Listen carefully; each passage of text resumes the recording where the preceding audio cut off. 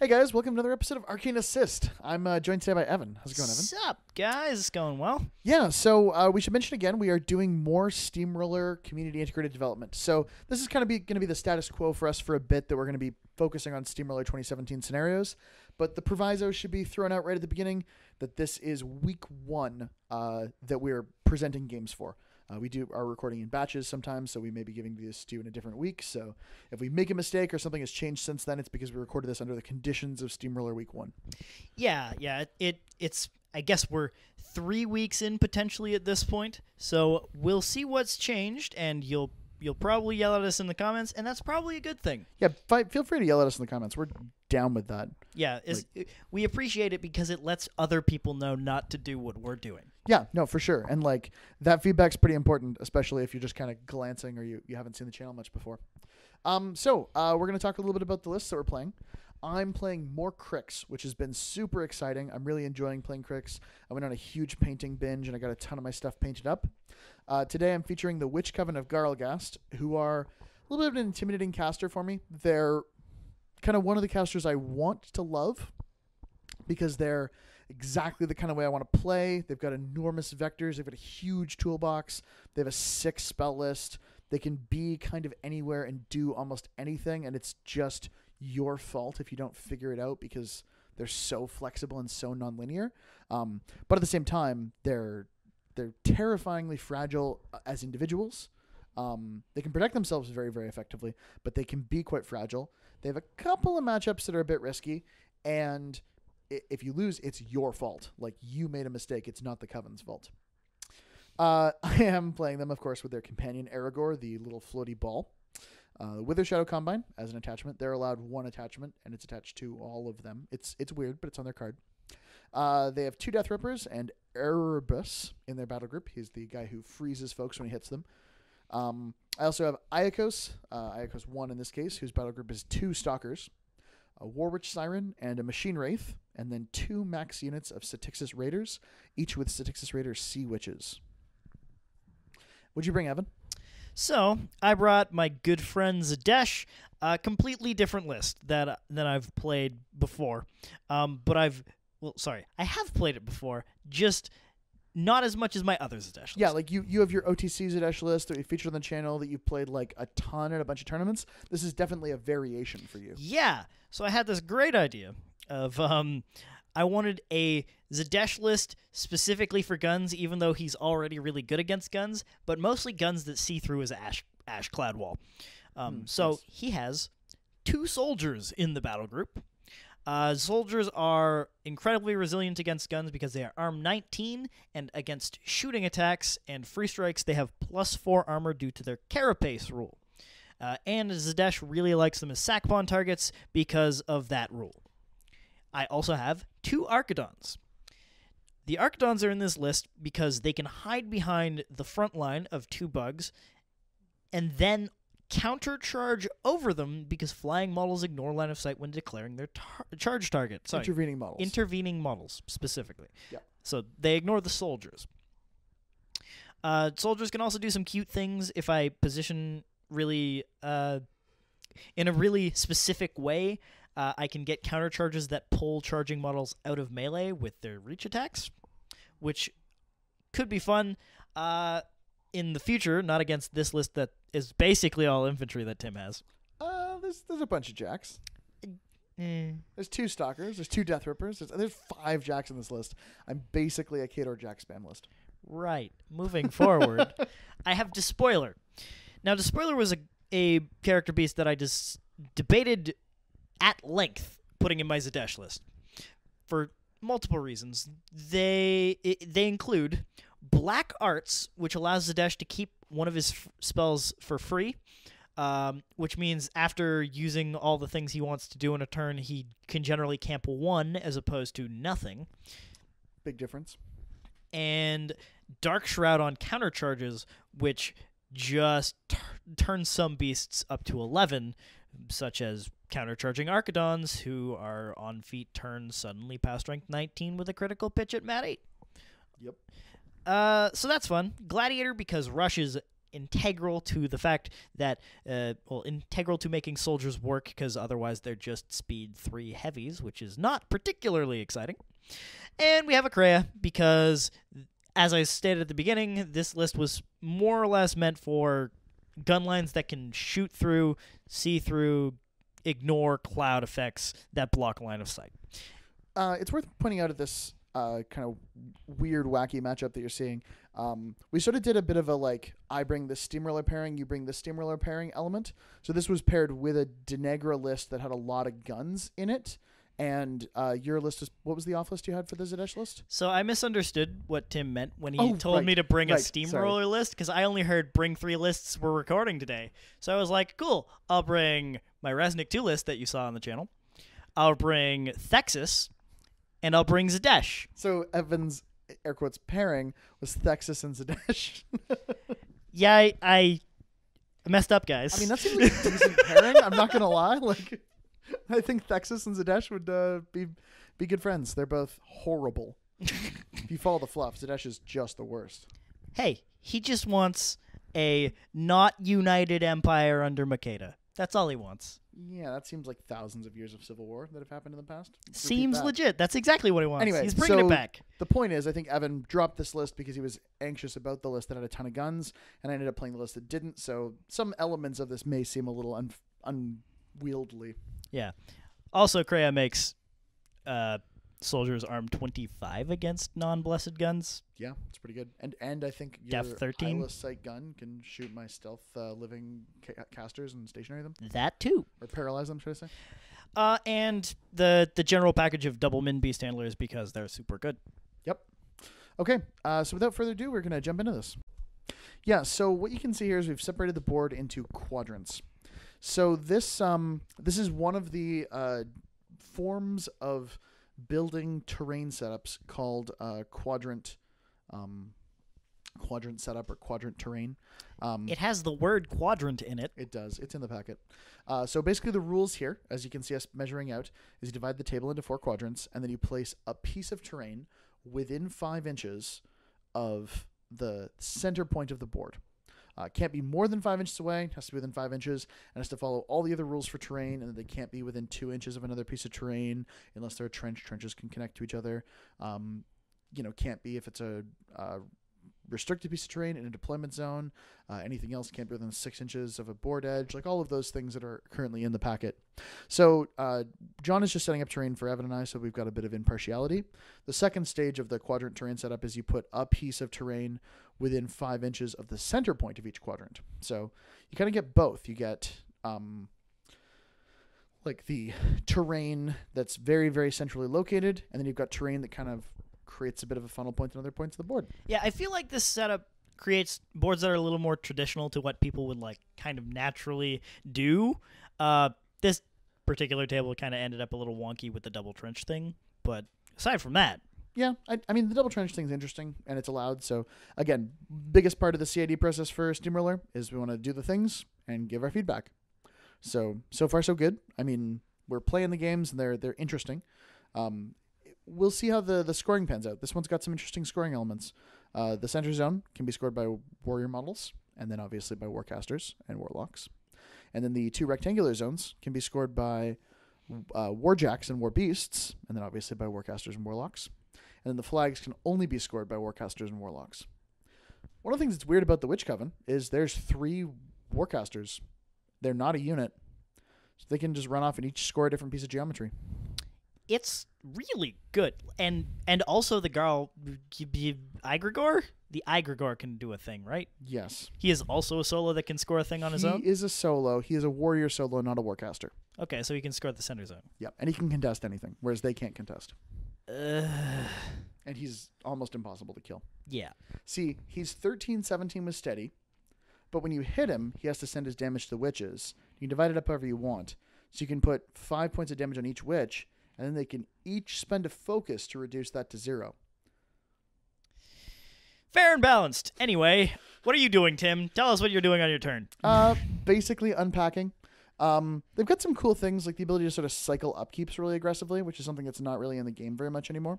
So Egregore runs, Witch runs, one of the witches just sort of walked up. The Satyxis Raiders basically just fanned out into two evenly distributed sections. Aiakos, walked up, jumped through an escort. The stalkers that he has kind of both ran up, stayed out of range of the sentinels charging them. And then I put Infernal Machine on the Arc Node and ran 18 inches super, super deep. Put the Wraith Engine behind him because Wraith Engines are good at scoring. And then the last Witch cast Infernal Machine on this Stalker this Deathripper, because she wants to have it go the world in the other direction. And then she charged a Sentinel, Sentinel? No, Soldier. She charged a Soldier after throwing up Veil of Mists in her control area and just bumped a Satyxis Raider. So the Witches are all pretty far up, having charged, ran, and walked. They've got basically perfect conjunction, which is their rule where they create a triangle around the ball. Probably not quite, but they're certainly well positioned to have it next turn. And I've got Arc Nodes who both ran 18 and threatened as much of the board as they possibly could. So Tim's gotten a lot further up the board than I thought he would. Having 2 units of Speed 7 infantry, as well as jacks that go from Speed 7 to Speed 9 that run 18 inches up the board, that are Arc Nodes, as well as 2 fast Warjacks that advance deploy, puts me in a tight spot. So Zaadesh typically likes to brick up a lot, so that's exactly what I'm going to do. I'm going to just make Fort Kickass. I'm going to put the bugs up front, I'm going to put Despoiler in the middle, and I'm going to flank the Despoiler on either side with Archidons so that they can countercharge over. I'm going to put the Gladiator in a spot where he can protect Zaadesh. I'm going to put the Krea in a spot where he screens Zaadesh as well. And I'm going to use Clouds to fill holes. Seems good. I debated running the Archidons to engage the Arc Nodes on either side. You're about 2 to 3 inches out on either side, so I figured I might as well just put them in appropriate countercharging positions. I could have also engaged a Stalker, I believe. Maybe... It's close. I don't remember if I measured it or not, but I mean, they could try. Engaging them is it's okay, but I can ghost walk them, activate them, have them move into position, and then go back to the activation of another Warcaster to finish casting the spells I want to arc with. Because I have 3 casters with 3 separate activations. This game is dumb. Which Coven break all the rules, people? They break all the rules. So I moved Soldier up behind the wall because I figure if he's going to send a heavy after me, he'll have to go over the wall. Yep. Even though if you hit on the first shot, I get stationary with Erebus, it makes it harder for everything else. I was gonna say, sorry, heavies? I don't follow. I brought nothing but ridiculously light attacks. Satyxis have reach. Correct. I'm not particularly scared of them because of my armor, and also most of the things in my list are steady, kind of incidentally, because Archidons are serpentine, bugs have a lot of legs, Despoiler's hiding behind those things. Yep. And Gladiator is meh. And, just kind of as a general rule in Scorn, stuff doesn't care if you force it to shake. I don't care if I have to shake Shadowbind, I don't care if I have to shake Stationary, I don't care if I have to shake Knockdown, assuming my spirit's still a thing, because Beast Handlers are just going to whip off the Fury anyway. Yeah, that's true. It's worth noting the Stygian Abyss used to have crit Shadowbind. It no longer has that. It now has crit blind. So I can't blind the Despoiler, and I can't blind the Krea, because Eyeless Sight gives you immunity to blind now. Yep. Because fluff reasons. Wow. But also, that's a bit of a change for that one. Just... a slight tweaking to it. So, important before you do your turn. I have put the Gladiator up and the Soldier up and put a cloud in between them, and Zaadesh is behind that cloud. Inviolable Resolve is on Despoiler, and I do have my spell Battle charged up. So just for the friends at home, that's 2 for Inviolable Resolve, 2 for Battle charged, 2 for Burning Ash? Correct. On a Fury 6 caster? Correct. Camping 0? Correct. Let's do this. So... the plan this turn, I briefly debate trying to kill a bug and decide that sounds like a lot of work, and a plan to kill Zaadesh. There's a whole bunch of stuff that can countercharge me. So to make this plan work, I'm going to have to activate my caster 3 times, which is fine. We'll do that. So, I look for vectors on the Arc nodes. I upkeep Infernal Machine for free because I've got the Withershadow Combine, but ultimately I need to put Infernal Machine onto the other Arc node. So I upkeep Escort on Aiakos, and he allocates 2 to one of his Stalkers, putting it on 3, and he allocates 1 to the other Stalker, putting it on 2. Now, the plan is going to involve getting Curse of Shadows onto Zaadesh, and ideally also Blind.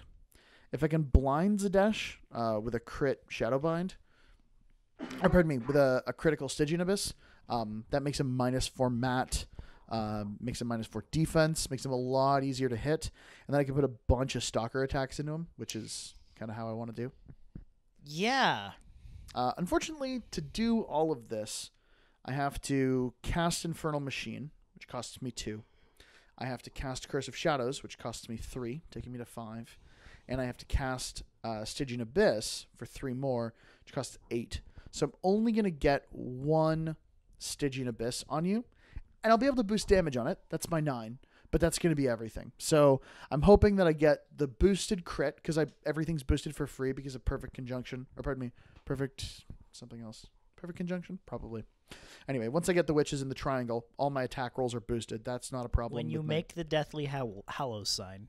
Yes, that's correct. You get boosted stuff. I make the Deathly Hallows sign, and I get boosted attacks. It's pretty great. But presuming that I do that, I'm hoping for that crit blind. If it doesn't work, I'm going to have to boost attacks with Stalkers, and I don't want to have to do that. So first things first, I send an Arc Node in, and I'm like, hey, tag you up in melee. Soldier, sup? Do you want to countercharge with something so I don't have to worry about countercharge from that thing? And Evan's like, no, I want you to have to worry about countercharge from that thing. I'm like, yes, that's probably the right answer. I hope it was. Yeah, I'm pretty sure it was the right answer. You gave me a look, and I wasn't sure. I was like, do you want to countercharge that? And he was like, I do not. And I was like, okay, that's fine. I guess I'm going to have to win legitimately because you're going to be a good player. That's not okay. I don't know. I could have tried to countercharge, get lucky, crit slam you, or crit pitch you into the wall, and then you still have to worry about the soldier countercharging, but also that's a slim chance. And also, it's super easy to type the soldier with just running Satyxis. The Archidon's much more of a problem. So, I ran an Arc Node who had Infernal Machine. One of the witches activated to put it onto him. So, she moved into position to be part of a triangle later and cast Infernal Machine. And that guy is now in my back arc. Yes, the Arc Node is in his back arc and ran far enough that he is outside both the Krea and the Gladiator's countercharge vector in terms of line of sight. So this Satyxis, I debate countercharging with Despoiler, and I'm not entirely sure he can move in such a way that he would get to that Satyxis. Satyr Lady. Satyr Lady. I like it. And there are Archidon wings, and Despoiler's got a bunch of spindly bits coming off of him, and I'm like, I don't want to try even moving him, so I'm just going to say I don't countercharge with the Archidon or him. And we're going to stay where we are.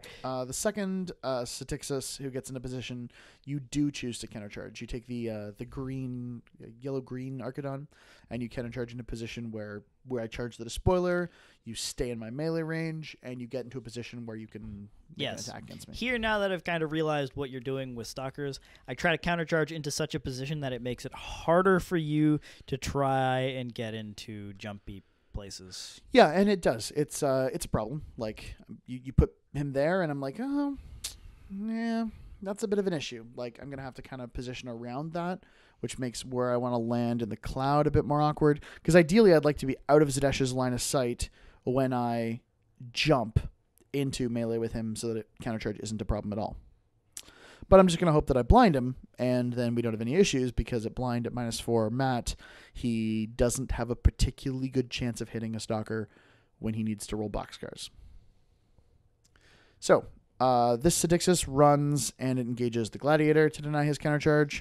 The rest of them just run to not block the lane for the Stalkers that I'm about to send in, be in not entirely irrelevant spots, and double up on some engagements. And the Krea is in such an awkward position base to base with the Gladiator that he just does not have an angle he can countercharge to get that Satyxis. Yes, that one. Apparently just saying it more aggressively makes you say it correctly, so That We're gonna has worked. stick with that one. Worked for many things for me in the past. Okay, next step. I move another witch up who I believe had to run. And then the third and final witch moves up. She pops feet.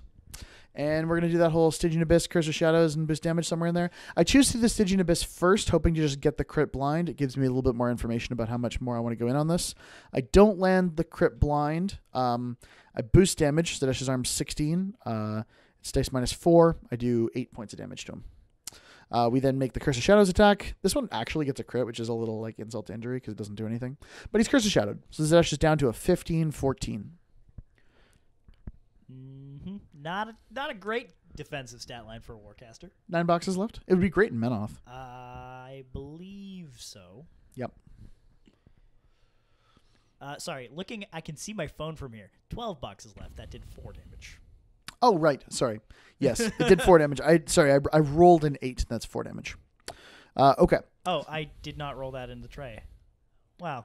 I apologize, audience, but I countercharged with Zadesh, who has flank thanks to that soldier. Yeah, so I did feat, so you're -2 mat. But you go back up to 7 and you rolled a 10 to hit. So you did need an 8 to hit, so I was like, maybe you just won't do anything to the Stalker. Unfortunately, you crippled Cortex, which removes the focus from me, prevents me from jumping into position, and because you have reach, you didn't go into my melee range, so that Stalker does nothing, which is unfortunate, because that's 50% of my assassination.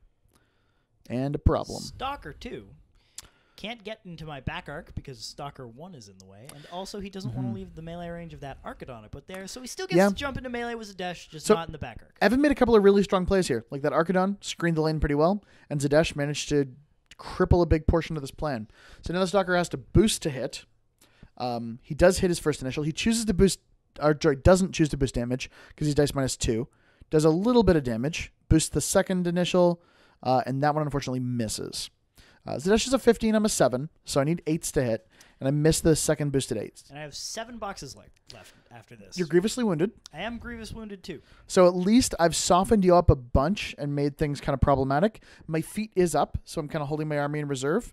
So the next thing that happens is I run a Satyxis to get gang on you, and then I charge you with another member of the Satyxis Raider unit. Make sure they're all in command. And I'm just going to see if a Satyxis can roll a hard 7, because with gang, they now go to mat 8, which means I need a 7 to hit. 7 to hit on the Satyxis Raider.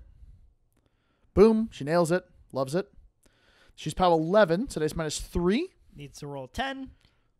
Rolls an 11. Boom. Kills Dash. Done. So, Fort Kickass was not as impenetrable as previously thought. However. Yes. Had Zadesh survived that last Satyxis Raider, I think there's a pretty good spot where there is a pretty good chance that you don't have like anything else that can get to him at that point. That's probably the end of the turn. However, and this is the thing that I love about Witch Coven, you can't heal, and you have 7 boxes left. And you still have Infernal Machine, so you can get anywhere. I can get just about anything I want to just about anywhere I want. Even if you commit resources significantly, kill both Stalkers, commit resources, kill both Arc Nodes, and like, you know, use Zadesh to Flashing Blade a couple times, you probably have to do that to participate to clear those pieces. Yep. You're camping maybe 3, maybe 2, like depending on what the situation ends up being and what you choose to upkeep. And the Egregore itself is a channeler, and I can still just rock like 3 boosted to hit Stygian Abysses into you, and then maybe charge you with a bunch of Satyxis if they're available. It's not pretty. And if you try to block the lane with something, I Curse of Shadows it so I can move through it without taking a free strike. And if you like, it's just it's really, really hard to screen yourself against the Witch Coven because they're in your base. Yep. Killing your shit. In this case, in your fort. Fort Kickass has been infiltrated by witches. This is Salem all over again. Oh boy. All right, guys, that was another episode of Arcane Assist. I know it's a quick one this time, but I think it's a really cool game, and I hope to feature Witch Coven again on the channel soon. Yeah, Diet Arcane Assist after like 4 hour-long episodes in a row. Here's the takeaway. We don't always play attrition. Yeah. Thanks for watching, guys. See you next time. Next time.